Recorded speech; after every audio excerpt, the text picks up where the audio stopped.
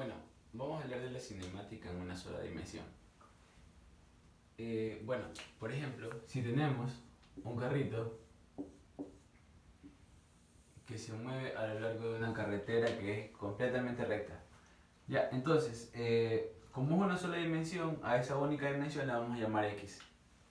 Entonces, el carro se encuentra en una posición, por ejemplo aquí, si consideramos nuestra referencia justo acá, en X igual a 5.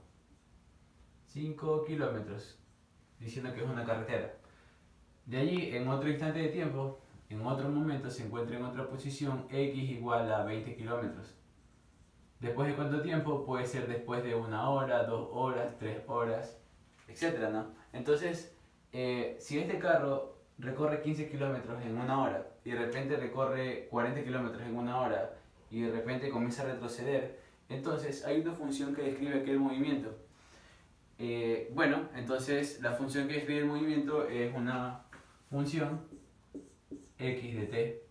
Esta función indica en qué posición se encuentra el vehículo en cada instante del tiempo. Entonces, por ejemplo, un caso sencillo es cuando la tasa de cambio es constante.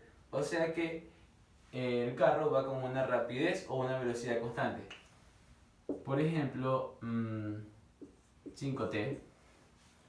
Si la velocidad está en metros por segundo y el tiempo en segundos. Entonces, decimos que después de 1 segundo, el carro ha recorrido 5 metros. Después de 2 segundos, ha recorrido 10 metros. Después de 3 segundos, ha recorrido 15 metros. Chévere, entonces esta es la función de posición que describe el movimiento. Función de posición que describe el movimiento. Entonces, esto de aquí se graficaría en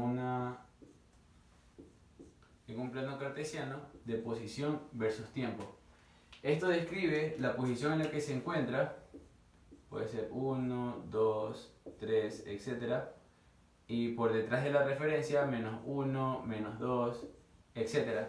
Y esto de aquí, el tiempo en el que hace este movimiento. Regularmente comenzamos a contar desde t igual a 0. Entonces, la gráfica parte de aquí, por ejemplo. Podría ser hacia acá también, pero regularmente contamos desde t igual a 0.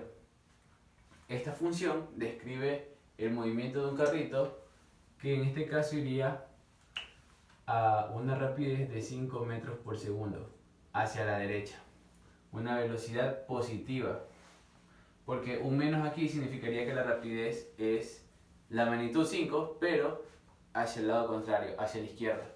Bien, entonces, ahora, ya sabemos que una función de posición describe en qué punto se encuentra en un instante de tiempo nuestro vehículo. Entonces, por ejemplo, puede ser otra función. Por ejemplo, un movimiento armónico simple es igual a, por ejemplo, 10 coseno de 10t. Eso de allí describe un movimiento de este tipo. Una masa m que se está moviendo de derecha a izquierda, de izquierda a derecha, de izquierda a derecha. Está haciendo esto, pa, pa, pa, pa, pa, pa, pa, y se demora un tiempo definido, un periodo. Ya, entonces esto de aquí describe el movimiento de esta cosa. Por ejemplo, cuando soltamos algo, una masa m, soltamos aquí, cae al suelo, el movimiento que describe esto, por ejemplo, aquí está el suelo, el nivel del suelo, entonces estaba en una posición y sub 0, una posición inicial. Y después va a caer, va a estar por aquí, después va a estar por acá. Si lo soltamos del reposo, entonces la función que describe este movimiento en una sola dimensión sería y de t igual a y sub 0 menos 1/2 de la gravedad t cuadrado. La función que describe este movimiento. Entonces, las funciones de posición describen el movimiento a lo largo del tiempo y te dan justo la posición. Perfecto. Ahora, no hablamos de posición únicamente. Por ejemplo, decimos que ahorita voy a 20 km por hora. Después de un par de horas puedes ir a 60 km por hora. Entonces, si ven que en un instante de tiempo tienes una rapidez, en otro instante de tiempo tienes otra rapidez. Entonces, podemos tener una función de rapidez en función del tiempo. Una función de rapidez dependiente del tiempo. Entonces, por ejemplo, ¿cómo obtengo esto?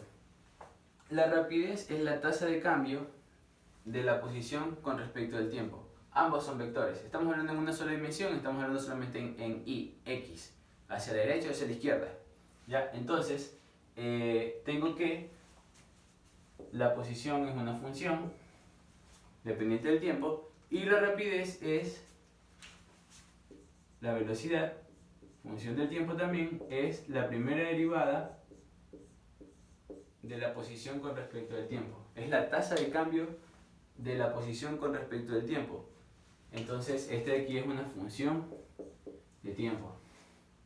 Ya, entonces, por ejemplo, si una función de posición, creo que ahí no se ve, si una función de posición es 5t al cubo menos 2, entonces la función de velocidad, la función de rapidez que describe esto, a este movimiento, el mismo movimiento, este es un carro que va hacia allá, vuelve y vuelve hacia allá, ¿ya?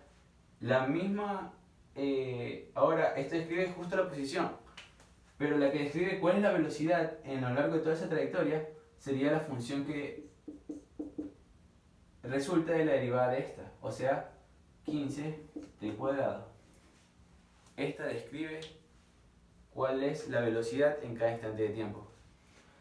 Sí, la tasa de cambio de la posición con respecto al tiempo es la rapidez.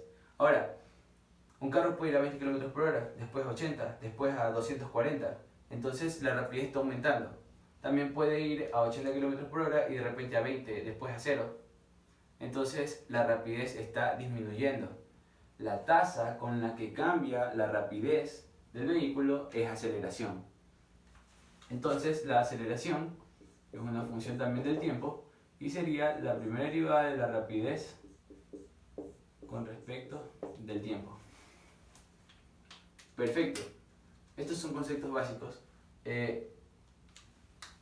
Entender esto sirve full, porque ya podemos plantear ecuaciones diferenciales que describan velocidad, aceleración y posición.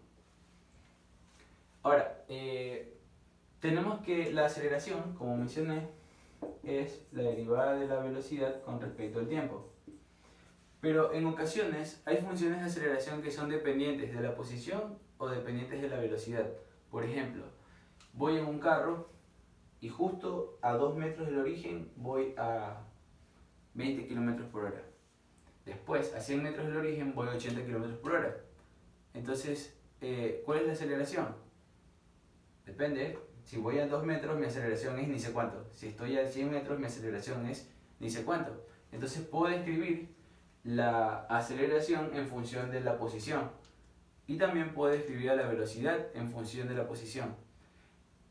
Cuando estoy en esos casos en que la aceleración es dependiente de la posición y la aceleración es dependiente de la velocidad y la velocidad dependiente de la posición, entonces, pilas, lo voy a poner aquí, la aceleración dependiente de posición, la aceleración dependiente de la velocidad o la velocidad dependiente de la posición y hay aceleración, entonces la ecuación que debería utilizar sería la siguiente: aceleración igual, y le aplico una regla de la cadena aquí.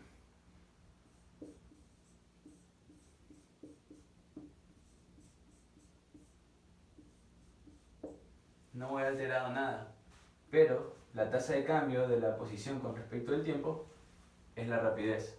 Entonces puedo escribir a la aceleración como la rapidez por dv de x. Bien, entonces, ahora sí, ¿cuáles son mis ecuaciones poderosas para describir un movimiento en una sola dimensión?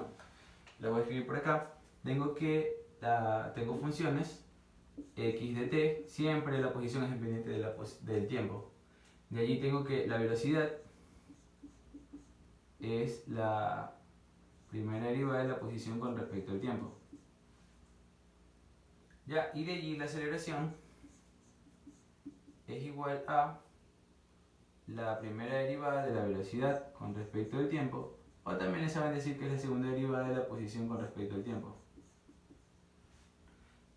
Está correctísimo. De ahí tengo que la aceleración, cuando es dependiente de la posición o también cuando es dependiente de la velocidad, como dije hace rato, entonces lo podemos escribir como b de v de x. Y estas son las ecuaciones que voy a utilizar en un movimiento de una sola dimensión, cuando un carro va hacia adelante y hacia atrás, hacia adelante y hacia atrás. Estas son las ecuaciones que describen el movimiento. Bueno, este de aquí serían para funciones instantáneas, ¿sí?